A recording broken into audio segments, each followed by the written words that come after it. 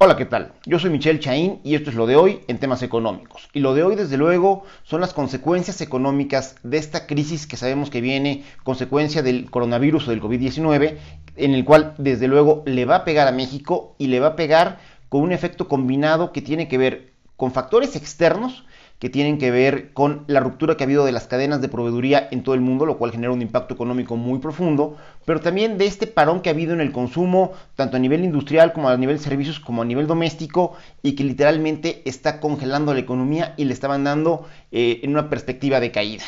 ¿Qué tan profunda va a ser la caída? Pues bueno, en el caso de México, vamos del escenario más negativo hasta el momento, que es el de JP Morgan, que habla por ahí de una caída del 7% del PIB,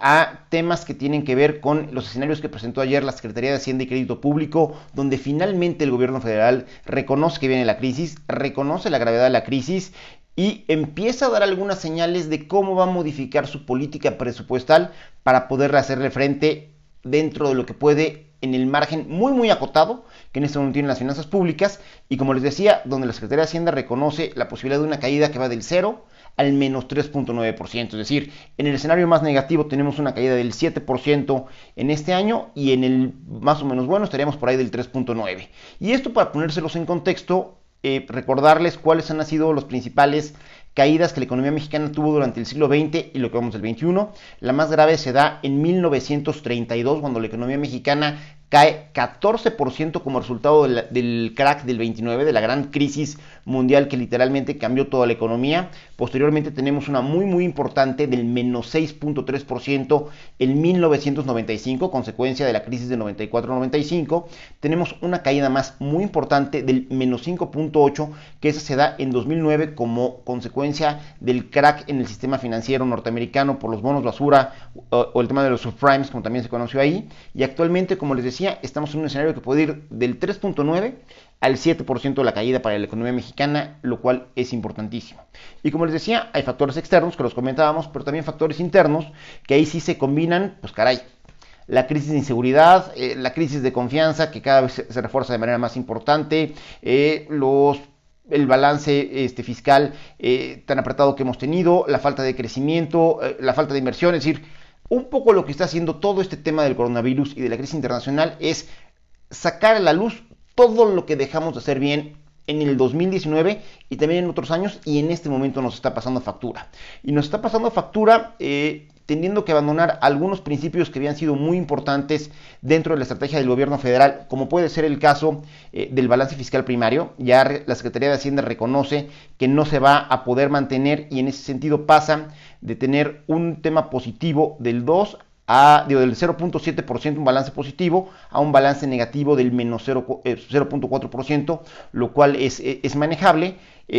Siguen manejando el caso de Petróleos Mexicanos como un tema de un activo productivo del país, cuando la verdad es que en lo que teníamos presupuestado para este año, Pemex nos iba a costar a los mexicanos algo así como 520 mil millones de pesos, y sus resultados del año pasado eran bastante malos porque perdió como 340 mil. Entonces, en ese sentido, literalmente le seguimos metiendo dinero bueno a los proyectos malos.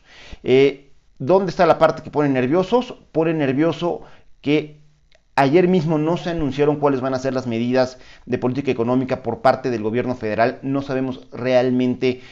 qué es lo que va a hacer. No sabemos todavía si va a escuchar los consejos de buena parte de los especialistas económicos, entre los cuales me incluyo, que estamos diciendo que es tiempo no solo de romper el balance primario, sino que ahorita es el momento de ir de manera extraordinaria con el Fondo Monetario Internacional,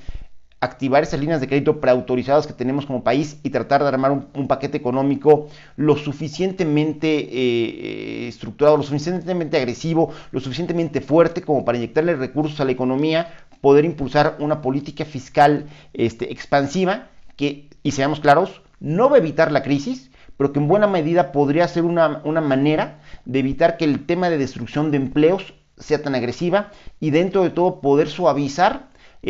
lo doloroso que puede ser este episodio económico. En el tema de la recuperación, yo soy de los que está convencido de que en realidad la gran apuesta, y no podría ser de otra manera, es la recuperación económica en los Estados Unidos, donde ya el presidente Trump, en colaboración con el Congreso, con Nancy Pelosi, han armado un trabuco de paquete fiscal por 2.2 billones de dólares, en el cual pues esperemos que la crisis norteamericana no sea ni tan profunda ni su recuperación tan lenta para que esto sea lo que beneficie y literalmente jale a la economía mexicana, porque como les decía, el tema del anuncio de la política económica de México, que podría ser lo que podría suavizar a nivel del impacto en las familias mexicanas las consecuencias negativas de esta crisis, se pospuso para el domingo. ¿Por qué? No lo sé, pero lo que sí queda claro es que nos seguimos con pasos muy lentos en este momento donde necesitaríamos un liderazgo mucho más atinado, mucho más consciente y metido en los temas técnicos, pero sobre todo mucho más ágil para decidir. Creo que el ganso ya se nos convirtió en elefante. Yo soy Michelle Chaín y seguiremos platicando el tema.